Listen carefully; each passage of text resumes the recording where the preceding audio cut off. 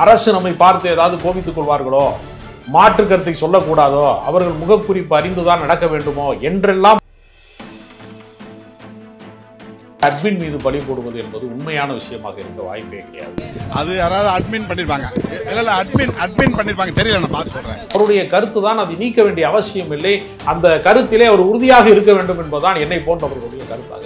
ஆட்சியிலும் பங்கு, அதிகாரத்திலும் பங்கு. மது ஒழிப்பு மாநாடு நடத்த போறோம்னு சொன்ன தொல் திருமாவளவன் மனசுக்கும் இப்போ இப்படி சொல்றாரு, ஒரு தேசிய பிரச்சனை, அவ்வளவு எளிதில் மது விலக்கு சாத்தியம் இல்லை அப்படின்னு பேசியிருக்காரு. திருமாவளவனுடைய இந்த மன மாற்றத்திற்கு என்ன காரணம்? ஒரு கள்ளக்குறிச்சி சாவுக்காக வேண்டி நாம பதட்டப்பட்டு நீங்கள் மதுவை ஒழியுங்கள் என்று மாநாடு போட்டாலும் ஒவ்வொரு ஊருமே கள்ளக்குறிச்சியாக மாறுகிற மிகப்பெரிய அபாயம் இருக்கிறது.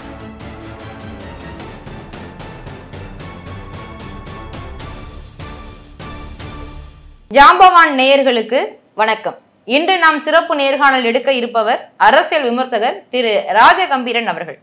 சார் வணக்கம். வணக்கம். நிகழ்ச்சிக்கு வரவேற்கிறோம்.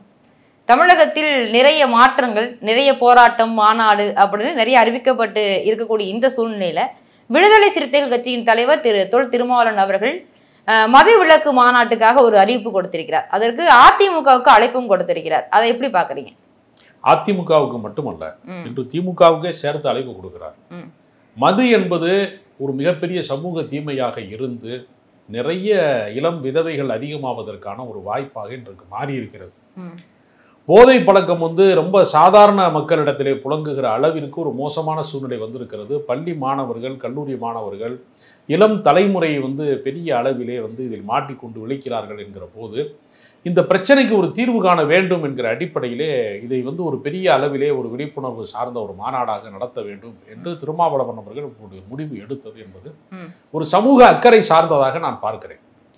கூட்டணி கட்சியிலே இருக்கிற காரணத்தினாலேயே அரசு நம்மை பார்த்து ஏதாவது கோபித்துக் கொள்வார்களோ, மாற்று கருத்தை சொல்லக்கூடாதோ, அவர்கள் முகக்குறிப்பு அறிந்துதான் நடக்க வேண்டுமோ என்றெல்லாம் பார்க்காமல் தவறு என்று சுட்டி காட்டக்கூடிய ஒரு தோழமை சுட்டலாகத்தான் இதை திருமாவளவன் அந்த மாநாட்டை அறிவித்திருக்கிறார். அதுவும் காந்தி பிறந்த அந்த தினத்து அன்று, அக்டோபர் 2 அன்று அந்த மாநாடு நடைபெற இருக்கிறது. இது ஒரு சமூக அக்கறை சார்ந்த மாநாடு தான். இது தேர்தல் அரசியலுக்கான அடிப்படையாக பார்க்க வேண்டாம் என்று திருமாவளவன் கோரிக்கை விடுக்கிறார். சமூக அக்கறையாக வெளியிட்டிருக்கிறார்.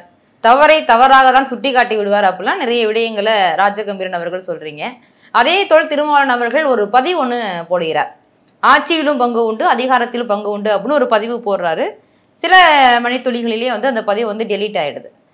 மறுபடியும் அதே பதிவு வருது, சில மணித்துளிகளிலேயே அது டெலீட் ஆயிடுது. இதுக்கு என்ன காரணம்னு நினைக்கிறீங்க?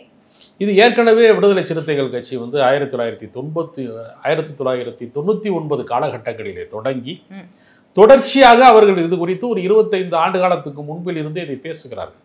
ஏனென்றால் கூட்டணி கட்சிகளாக இருக்கிறவர்கள் சட்டமன்ற உறுப்பினர்களாக மாற முடியும், நாடாளுமன்ற உறுப்பினர்களாக மாற முடியும், ஆனால் ஆட்சி அதிகாரத்திலே பங்கு பெறவே முடியாது என்கிற நிலைமை மாற்றப்பட வேண்டும் என்கிற அடிப்படையிலே அவர் தொடர்ச்சியாக இது போன்ற கருத்துக்களை ஏற்கனவே பல கருத்தரங்கங்களிலே பேசியிருக்கிறார். இது மட்டும் அவர் பேசல, விகிதாச்சார முறையிலே தேர்தல் நடத்தப்பட வேண்டும் என்றெல்லாம் ஒரு கருத்தை சொல்லி இருக்கிறார். அப்படித்தான் வெளிநாடுகளிலே, ஐரோப்பிய நாடுகளிலே அரசியல் தேர்தல் முறை நடக்கிறது.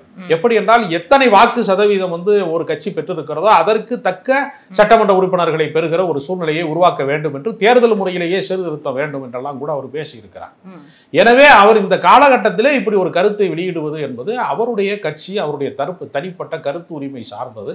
அப்படி அவர் பேசக்கூடாது என்று சொல்ல முடியாது. அவர் திமுக உறுப்பினர் அல்ல. அவருக்கென்று ஒரு தனியாக ஒரு கட்சி இருக்கிறது, ஒரு கொள்கை இருக்கிறது, கோரிக்கை இருக்கிறது.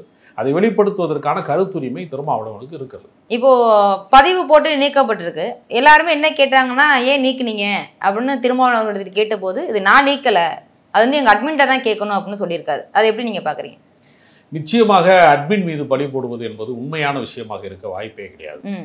அவருடைய கருத்து தான், அவர் கடந்த காலங்களில் பேசிய கருத்து தான்.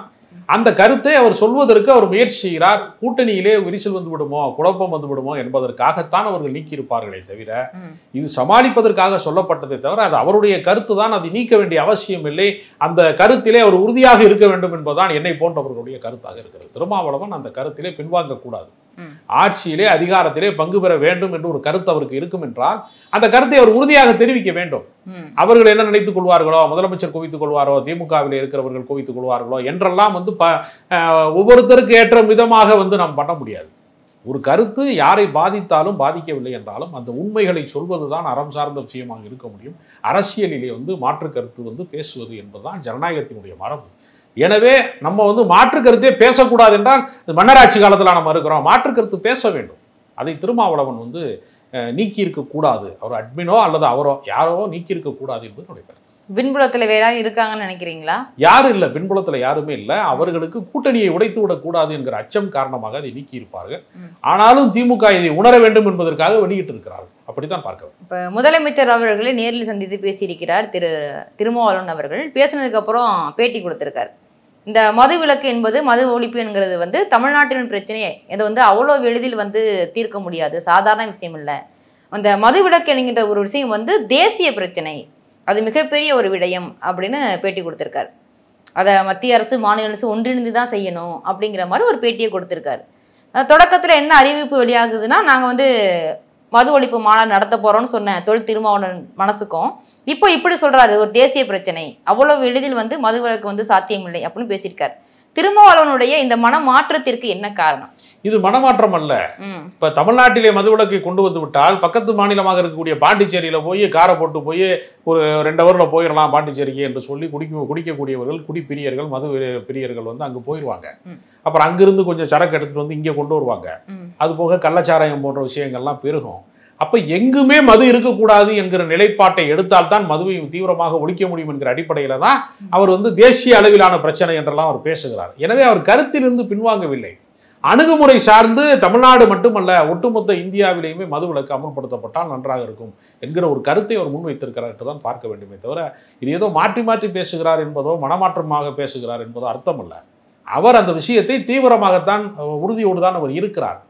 அதுவும் தேசிய அளவிலே மது விலக்கு வேண்டும் என்பது ஒரு ஆரோக்கியமான கருத்து தான். அது தவறான கருத்து கிடையாது. மாநில அளவில் இருக்கக்கூடிய மது விலக்கை தேசிய அளவிலே கொண்டு போக வேண்டுமானால் எல்லாரும் அதற்கு பொறுப்பேற்றுக் கொள்ளுங்கள். தமிழ்நாட்டை மட்டுமே மது விலக்குக்கு என்று தனிமைப்படுத்த வேண்டாம், இந்தியா முழுமைக்குமாக அதை சொல்லுங்கள்னு சொல்றாரு. பொதுவாக ஒரு சந்தேகம் எழுகிறது, திமுக விசிக அந்த கூட்டணி இப்போ விரிசல் அடையுது, ஏதோ மனஸ்தாபம் இருக்கு, அதனாலதான் பதிவு போடுறாங்க நீக்குறாங்க. முன்னாடி மதுவிலக்கு மாநாடுக்கு அறிவிப்பு கொடுத்தாரு, இப்ப ஒரு தேசிய பிரச்சனைன்னு சொல்றாரு அப்படின்னு இப்ப பேசப்படுது. அதை எப்படி பாக்குறீங்க? திமுக கூட்டணியிலே சில கருத்து முரண்பாடுகள் இருப்பது என்பது உண்மைதான். அதற்காக ஒரு பெரிய அந்த கூட்டணியில இருந்து பிளந்து கொண்டு பிரிந்து வர வேண்டும் என்கிற இடத்திற்கெல்லாம் திருமாவளவன் மாறிவிட்டார் என்றெல்லாம் சொல்ல முடியாது. 2026 சட்டமன்ற தேர்தலை திமுக கூட்டணியோடு தான் நாங்கள் சந்திப்போம் என்றும் அவர் சொல்லி இருக்கிறார். எனவே இது கூட்டணி சார்ந்த பிரச்சனையாக இதை அணுக முடியாது என்று அவர் கருத்து சொல்லியிருக்கிறார். ஒரு சமூக தீமையை எதிர்ப்பதற்காக நாங்கள் ஒரு மாநாடு போடுகிறோம், அந்த மாநாட்டினுடைய கருத்தை ஏற்றுக்கொண்டு அரசு படிப்படியாக மதுக்கடைகளை குறைக்க வேண்டும், பாதிக்கப்பட்ட மக்களுக்கு ஆதரவாக நாம் இருக்க வேண்டும் என்கிற ஒரு கருத்து தான் முதன்மைப்படுத்தப்படுகிறதை தவிர இதற்கும் கூட்டணிக்கும் சம்பந்தம் இல்லை என்று திருமாவளவன் மறுக்கிறார். ஆனால் இன்றைக்கு இருக்கக்கூடிய அரசியல் சூழ்நிலையிலே திமுகவை விட்டு திருமாவளவன் வெளியிலே வந்தால் அதிமுகவிற்கு அது நன்மையாக அமையும் என்கிற காரணத்தினாலும் திமுகவை வீழ்த்த வேண்டும் என்று நினைக்கிறவர்கள் எல்லாருமே எப்படியாவது திருமாவளவன் அந்த கூட்டணியில் இருந்து வெளியேறி வந்து விட்டால் அரசியல் ஆதாயத்தை அடையலாம் என்று கணக்கு போடுகிறவர்களும் தான் அதை விரும்புகிறார்களே தவிர திருமாவளவன் அப்படி விரும்பவில்லை. இன்னொரு பக்கம் என்ன பேசப்படுகிறதுனா, அதிமுகவுக்கும் விசிகாவுக்கும் ஒரு ரகசிய உறவு இருக்கிறதுன்னு சொல்றாங்களே, அந்த மாதிரி உறவு இருக்கா? எப்பொழுதுமே அரசியல் கட்சிகளிலே கூட்டணி கட்சிகளாக இருக்கிறவர்கள் மாற்று கருத்துடைய இன்னொரு அரசியல் கட்சியோடு உரையாடி கொண்டுதான் இருப்பார்கள். அதை அவர்கள் பகிரங்கமாக எப்பொழுதுமே சொல்ல மாட்டார்கள். ஒரு நதிக்கு 2 கரை இருப்பதை போலதான் தமிழ்நாட்டினுடைய அரசியலிலே திமுகவும் அதிமுகவும் மாறி மாறி ஆட்சி செய்திருக்கிறார்கள். இங்கே புறக்கணிக்கப்படுகிற சூழ்நிலை வந்தால் அவர்கள் அந்த அணியிலே போய் சேருவது என்பது ஏற்கனவே இயல்பான ஒன்றுதான். இது ஒன்றும் புதிய அதிசயம் எல்லாம் ஒன்றா அல்ல. கடந்த நாடாளுமன்ற தேர்தலிலேயே அதிமுக விசிகாவிற்கு அழைப்பு விட்டது. நாங்கள் 5 நாடாளுமன்ற தொகுதிகளை உங்களுக்கு தருகிறோம், திமுக உங்களுக்கு 2 தொகுதிகளைத்தான் தருகிறார்கள், எனவே நீங்கள் அங்கு இருக்க வேண்டாம், எங்களிடத்திலே வந்து விடுங்கள் என்று சொன்ன போது நான் இந்தியா கூட்டணியிலே இருக்கிறேன், மதவாத சக்திகளை வீழ்த்துவதற்கான, சனாதன சக்திகளை வீழ்த்துவதற்கான கூட்டணியிலே இருக்கிறேன், எனவே கொள்கையை விட்டு வர முடியாது என்று சொல்லி அவர் அந்த கூட்டணியிலே உறுதியாக நின்று விட்டார். ஆனால் இனிமேல் வரப்போவது என்பது நாடாளுமன்ற தேர்தல் அல்ல, சட்டமன்ற தேர்தல் என்கிற காரணத்தினால மாநில அரசியலிலே அவருடைய அதிருப்திக்கு உரிய விஷயங்கள் திமுகவில் தொடரும் என்று சொன்னால் அவருக்கு அதில் ஏதாவது கசப்புணர்ச்சி இருக்கும் என்றால், பிரிவு இருக்கும் என்றால் நிச்சயமாக அவர்கள் அதிமுகவோட கூட்டணி போவார்கள். எப்பொழுதுமே ஒரு மாற்று ஏற்பாட்டை உருவாக்கி கொள்வது என்பது வழக்கமான ஒரு உத்தி தான். இதில் ஒன்றும் அதிசயிக்கத்தக்க ஒரு விஷயம் எதுவுமே இல்லை. ஒரு அரசியல் விமர்சகராக நிறைய விடயங்களை பகிர்ந்துக்கிறீங்க. இந்த ஒரு சந்தேகம் மட்டும், அது எப்படி சரியா தேர்தல் நெருங்கக்கூடிய அந்த சூழ்நிலையில விசிக தலைவர் அவர்கள் மதுவிலக்கு மாநாடுன்னு ஒன்று அறிவிக்கிறார். இது எப்படி மக்களின் நலனுக்காக இந்த மாநாடா இல்ல வாக்கு வங்கியை பெருக்குவதற்காக ஒரு மக்கள் மத்தியில பேர் வாங்குறதுக்கான ஒரு மாநாடா? எப்படி இரண்டும் சேர்ந்துதான் ஒரு அரசியல் கட்சி தலைவர்கள் செய்வாங்க. இப்ப ஏற்கனவே மது ஒழிப்புக்காக சசி பெருமாள் என்று ஒரு போராடினார். நந்தினி என்று சொல்லக்கூடிய ஒரு சட்டக்கல்லூரியினுடைய மாணவியாக இருந்தவங்க தொடர்ச்சியாக போராடுகிறார்கள். அவர்களுக்கெல்லாம் ஒரு அரசியல் வலிமை இல்லை என்கிற காரணத்தினால, ஒரு பெரிய ஆதரவு நிலைப்பாட்டவர்களுக்கு இல்லாத காரணத்தினால பெரிய அளவிலே அது பேசும் பொருளாக மாறவில்லை.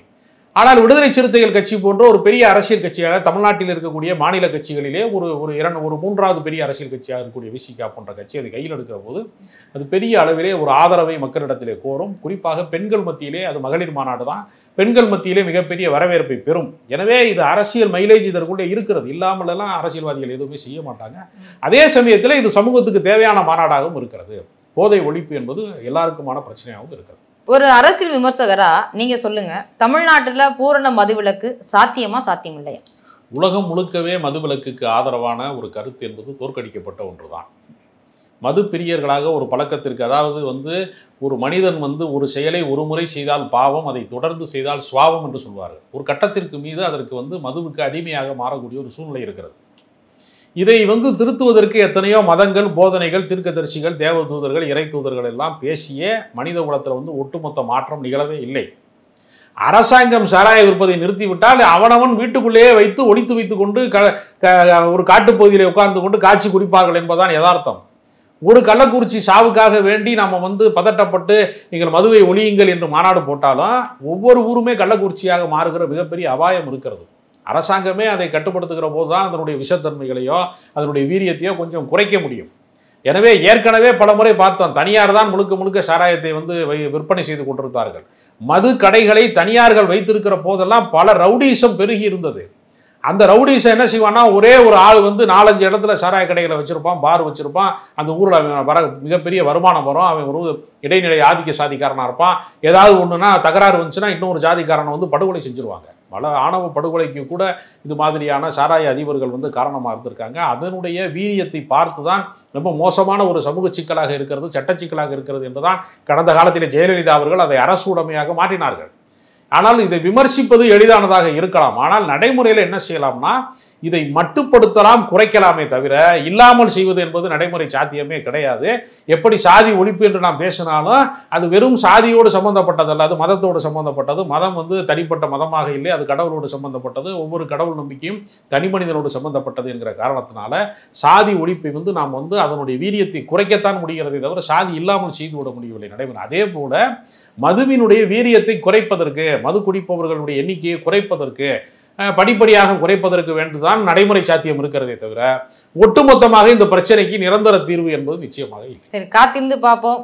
பூரண மதுவிலக்கு சாத்தியம் ஆகிறதா இல்லையாங்கிறத பொறுத்திருந்து பார்க்கலாம். இவ்வளவு நேரம் கலந்துக்கிட்டு உங்களுடைய கருத்துக்களை பகிர்ந்து கொண்ட மிக்க நன்றி சார்.